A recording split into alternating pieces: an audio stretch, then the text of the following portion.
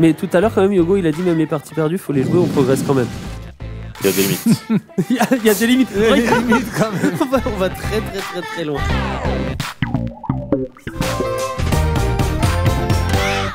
Bonjour et bienvenue dans Butternut, une collection de montages issue du live que nous avons fait sur la chaîne String Theory avec la chaîne Twitch OGaming.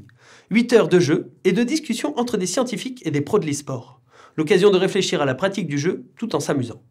Aujourd'hui, on s'attaque à un monstre du jeu compétitif, StarCraft, et à ses prodiges humains que les meilleurs IA commencent à peine à égaler. Alors comment devient-on un prodige du clavier? Comment enchaîner des centaines d'actions par minute tout en élaborant des stratégies complexes? C'est ce qu'on va essayer de comprendre avec Yogo et Nicolas Besson de l'Université de Paris. C'est parti. C'est bien lui, c'est Yogo qui nous rejoint sur le plateau de Butternut. Je te présente à côté de toi Nicolas Besson, qui est aussi un joueur, on va dire quoi? Nicolas, est-ce qu'on dit ancien joueur de StarCraft ou joueur de StarCraft? Déjà ancien, ça c'est évident, mais alors rien à voir avec le niveau des gens qui passent d'habitude chez OGaming, quoi, rien à voir. Faut te présenter quand même. Toi, tu es chercheur en sociologie du sport à l'Université de Paris. Ouais. Vice-président de l'association France eSport. Aussi. Et on rajoute ça à la fin parce que moi, ça me touche beaucoup. Fondateur de l'AREF eSport, qui est l'association pour la recherche et les études francophones sur l'e-sport. Ouais, tout à fait. Ça, c'est vraiment ce lien qu'on essaie de faire aujourd'hui, cette association. Complètement. L'AREF, donc, c'est une association qu'on a créée avec d'autres collègues universitaires qui travaillent sur cet objet de recherche très spécifique qu'est l'e-sport, et de manière plus générale sur la performance autour du jeu vidéo, ce qu'on va appeler le super play. Donc ça englobe aussi le speedrun qu'on a vu, mais aussi le scoring. C'est cool. Bon, on va rentrer un petit peu dans le thème de la séquence, parce qu'on l'a dit, c'est les RTS.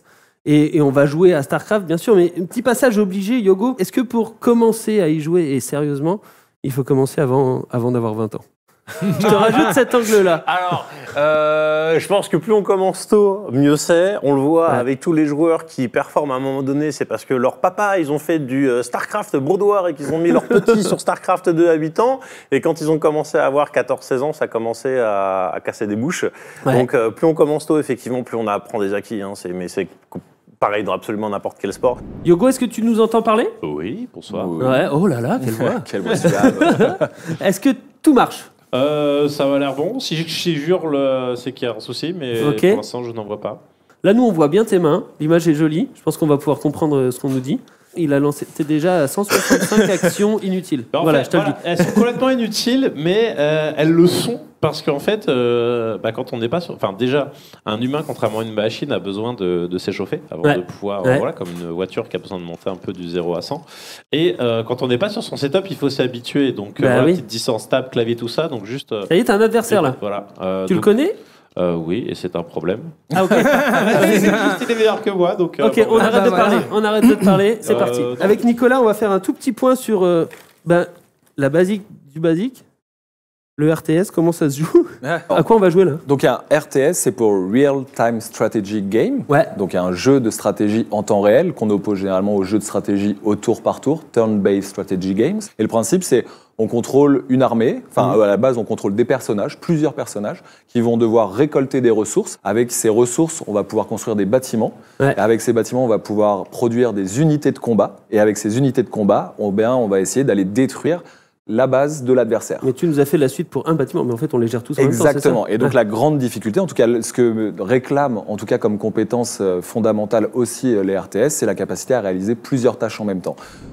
Pour ceux qui n'ont jamais vu la moindre partie, il faut que vous vous rendiez compte que chaque unité qu'on voit bouger sur le terrain, c'est toi qui lui as donné l'ordre. Donc ça veut dire que tu dois réfléchir pour on va dire une centaine ou... Non, t'as beaucoup plus d'unités. Oui, après on fait des groupes, hein. C'est comme un peu l'esprit militaire de... Ok, bon, on va aller... T'as vraiment gagné. Il s'est fait banane sur un move. En fait, j'ai déplacé toute mon armée au nord, donc lui a voulu répondre en déplaçant toute mon armée. Seulement, j'ai laissé finalement qu'une petite portion pour continuer en fait à menacer. Il a cru que je déplaçais tout là, et au final, j'ai pu rentrer ici. Voilà, ce qui m'a permis de prendre une base. Pendant que les autres sont revenus pour gagner un petit peu de temps. Il a pris de panique, il a traversé la carte un peu n'importe comment. Nicolas, Impressionné? Bah ouais, forcément. Moi, ce que j'aime beaucoup, en fait, c'est que je regarde encore souvent des compétitions de StarCraft et aujourd'hui, les compétitions de StarCraft, on a surtout le mode observateur, c'est-à-dire un mode qui est plutôt fait pour que l'expérience spectateur soit la plus agréable possible. Ouais. Mais là, ce qui était hyper intéressant, c'était d'avoir le point de vue de Diogo quand il joue. Et c'est là où on se rend compte, en fait, de la vitesse à laquelle ça va à la fois dans les doigts et puis dans son esprit, parce que l'écran, il bouge constamment. Si on n'est pas habitué, on comprend pas du tout ce qui est en train de se passer. On voit l'écran qui bouge dans tous les sens, la souris qui part partout, un coup ça part sur une base, un coup sur des unités, et ainsi de suite. Et c'est ça, en fait, qui montre une réelle expertise dans le jeu, c'est-à-dire cette capacité à traiter de multiples informations qui viennent de plein de sources différentes en simultané. Ou alors, en fait, c'est pas totalement simultané, elles sont traitées les unes à la suite des autres, mais à une vitesse qui est extrêmement élevée. Et en plus, le jeu permet, en tout cas, pousse les joueurs dans des sortes de retranchements dans lesquels ils sont obligés de faire preuve de créativité. Ouais. Et avec les jeux de stratégie en temps réel, on observe ça, c'est-à-dire les joueurs qui deviennent tellement créatifs qu'ils utilisent les unités d'une manière qui n'avait jamais été pensée par les développeurs et donc qui oblige les développeurs de jeu à rééquilibrer constamment le jeu parce que les joueurs, dans des situations où ils sont dos au mur, ils se retrouvent à utiliser les unités d'une manière qui n'avait jamais été pensée. Et ça, je trouve ça assez fantastique, quoi. Toi, quand tu le joues, ce start, ou quand tu joues un start, est-ce que tu fais la part des choses entre ce qui est conscient et ce qui est inconscient? Enfin, est-ce que vraiment tu te rends compte qu'il y a des choses que tu réfléchis pas? On réfléchit quasiment à rien, arrivé à un certain niveau. Ce qui est un problème, c'est que justement avec toutes les différentes mises à jour dont tu parlais, il y a des petits changements qui sont forcés d'être faits au niveau des stratégies. Et alors là, il faut un temps d'adaptation parce qu'il faut réussir à lever les mains parce que par habitude, on va savoir à 7 secondes près exactement, on va faire telle action. Et on rentre dans des routines qu'il faut à un moment en fait désapprendre parce qu'en fait on est obligé de changer et ça devient très dur parce que quand on arrive sur des séries où il y a plusieurs matchs les uns après les autres, faut avoir fait ses choix avant et une fois qu'on est dans la partie, il faut s'y tenir parce que sinon on a vite fait tendance à s'égarer, donc c'est quasiment que de l'automatisme. Est-ce que Nicolas, c'est ce qu'on appelle grossièrement la mémoire musculaire, ce qui se passe là, ou c'est autre chose? Alors, il y en a, effectivement. Alors là, ce qu'on évoque, il n'y a pas que de la mémoire musculaire, mais en tout cas, tout ce qui va concerner les périphériques de contrôle et l'incorporation du gameplay, oui, on est clairement sur de la mémoire musculaire, sur apprendre au doigt à faire sans avoir à y réfléchir. Comme un pianiste qui joue exactement, un morceau, comme un pianiste qui joue un morceau, comme une dactylo. Ou un dactylo, en fait, quand on est sur ces débuts de partie, on va avoir 90% en automatisme, vraiment en autopilote, on ne réfléchit pas. On se rend compte en t'écoutant quand même, et puis c'est à toi que je vais poser la question, Nicolas, que en gros, devenir bon à StarCraft, c'est arriver à apprendre, et pourquoi pas assez vite, ses mémoires, et à les désapprendre. Et est-ce que la science s'intéresse à ça, de savoir comment ça marche pour apprendre un automatisme? Est-ce qu'il y a une bonne méthode pour essayer d'automatiser quelque chose chez soi? Avec l'e-sport, si je dois découper exactement ce que je fais avec ma souris, mes doigts, sur quelle touche et ainsi de suite, on peut, mais bien évidemment, c'est un petit peu différent. Et après, il y a une méthode qui est plus systémique, plus globale, où là, c'est en fonction de ce que fait l'adversaire, eh bien, je vais devoir apprendre les différentes possibilités, tu l'as évoqué, c'est finalement le répertoire des possibles en fonction de ce que fait l'adversaire. Et là, on essaie de ne pas faire le geste de la manière de faire le geste de la meilleure manière possible, mais c'est pas très important s'il est vraiment optimisé jusqu'au maximum. Et par contre, on essaie d'avoir la bonne réponse au bon moment. Ouais. Mais quoi qu'il se passe, ça passe par de la répétition. Si on veut automatiser, c'est le principe de base, c'est la répétition. Répéter. Et quand on parle aux joueurs sur des jeux qui nécessitent une motricité déterminante pour pouvoir l'emporter, alors moi je connais beaucoup les jeux de combat notamment, c'est quelque chose, donc dans les jeux de combat ça s'appelle l'exécution, dans les RTS ça s'appelle la microgestion, dans les MOBA ça s'appelle les mécaniques de jeu, ouais. Si on prend les jeux de tir on appelle plutôt ça l'aim ou le skill, bref tout cet aspect technique quoi.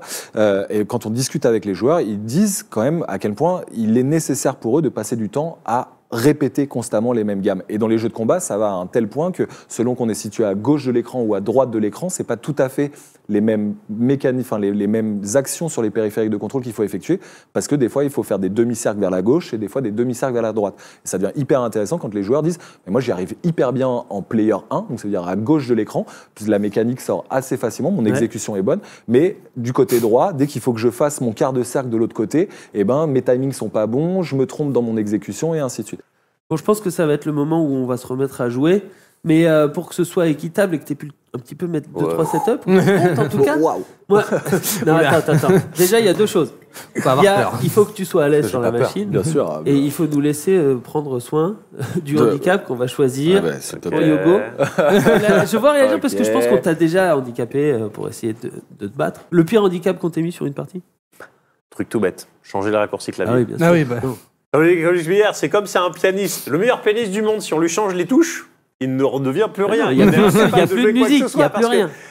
Le cerveau devient fou. Il n'y a plus aucun automatisme qui fonctionne. C'est l'un des pires trucs qui puisse Non, exister. c'est pas ça. Nous, on s'est juste dit, bon, une Tortue Ninja, ça joue comment à Warcraft? Donc, tu vas avoir 3 doigts, 1 pouce. Ces deux-là et ces deux-là. non. J'ai du strap derrière moi. Sérieusement Donc, Nicolas, je te laisse aller avec Hamid pour t'installer Ouais. et puis peut-être lancer ton compte. Ouais. Moi, J'y viens crois là, pas. Yogo. J'y crois pas. C'est Je la- m'attendais à tout, mais absolument pas à ça. C'est la torture ninja, comme on dit. L'idée, c'est, je crois qu'on en a parlé avec Nicolas juste avant. Il n'avait pas joué pendant 5 ans et il a refait 10 parties. Donc tu vois, je pense que tu peux te détendre sur le Oui. niveau de l'adversaire. En gros, tes raccourcis, c'est les mêmes, c'est juste que tu peux pas les faire bien vite. Au Je final, préfère ça va les être ça. faire beaucoup plus lentement Bah oui, que c'est de ça. pas pour les faire du tout. Donc Acropolis, pas Lost Temple. Hein. Lost Temple, en fait, elle n'a pas été refaite pour Legacy of the Void, tout simplement. Donc sinon, Ok. on aurait joué sur Wings of Liberty. Ok. Ce qui est la dernière fois que j'ai joué à StarCraft, hein, c'était Wings of Liberty. Hein. Ben, on aurait peut-être dû alors. Oh là là, on est bien, tout va bien. Je comprends pas ce que je fais. C'est la catastrophe. Je risque de plus faire de boulettes et d'être plus lent en essayant d'utiliser le clavier que de juste utiliser la souris là. Ouais, il a 3 fois ton APM avec Sans la tortue deck. ninja. Ouais. Sans deck. Si, je te jure. Mais en vrai, Yogo, ça se passe pas si mal, non? Oui, pour l'instant. Donc j'avais presque posé la question. Le but c'est que ça dure combien de temps? Je veux pas être Je veux pas être offensif. D'accord, ok. Tu vois ce que je veux Je vois dire le genre.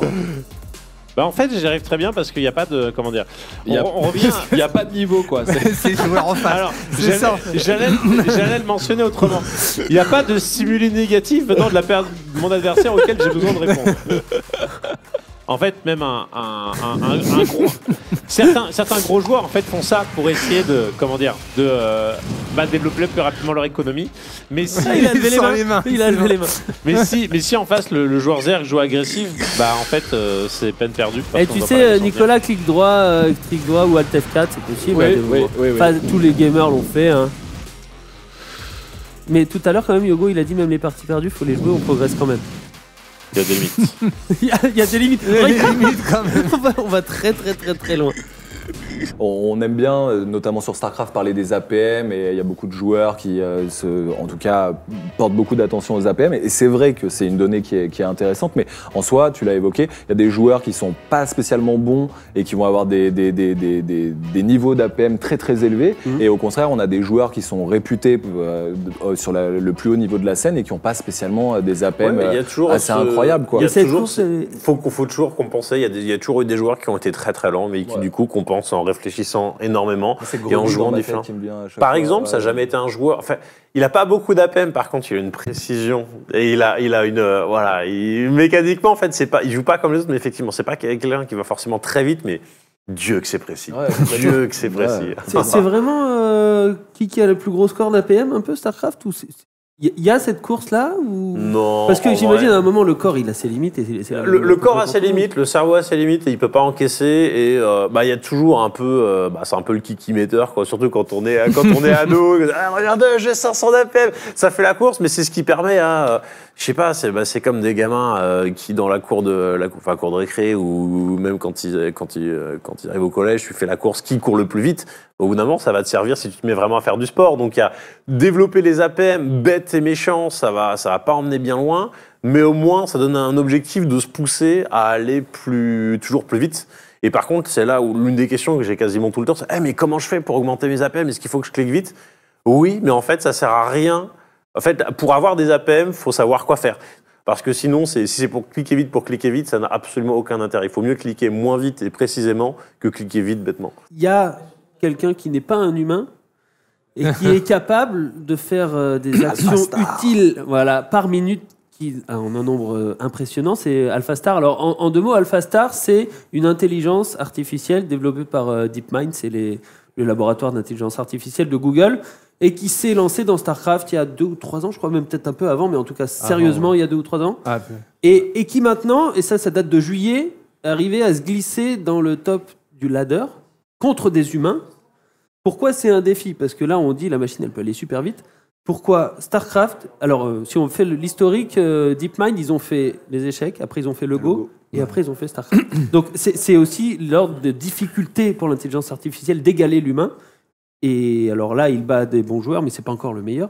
Pourquoi c'est si difficile pour une IA de devenir bon à StarCraft ? C'est le premier jeu à information limitée, tout simplement. Un jeu de Go, un jeu d'échecs, on est en vue de dessus, on est déjà au tour par tour, mais surtout, on a une information limitée sur ce qui se passe. Tu parlais de Serral tout à l'heure, je crois que Serral a joué contre AlphaStar. Oui. Je connais pas le résultat. Alors, il s'est fait éclater, mais il jouait sur le stand officiel à la BlizzCon, donc il n'avait pas assez raccourci et tout ça, mais qu'il se fasse battre, c'est pas forcément une surprise. Il y a déjà des joueurs pros qui se sont fait battre. De 1, elle est très forte. De 2, elle joue bizarrement. Clairement, c'est surprenant. Et vu que ça ne répond pas exactement comme un joueur humain, c'est très difficile de savoir exactement quoi faire. Et c'est très surprenant parce qu'elle va faire des actions très intelligentes. Et à côté de ça, elle va faire des trucs stupides comme pas permis. Donc dans l'ensemble, à la fin, le niveau, oui, ça va des joueurs professionnels. Mais si on prend séquence par séquence, il y a des moments où on se dit qu'est-ce qu'elle est en train de faire. Le truc qui est intéressant, c'est que ça demande effectivement beaucoup de temps d'apprentissage, mais le jeu est joué en accéléré.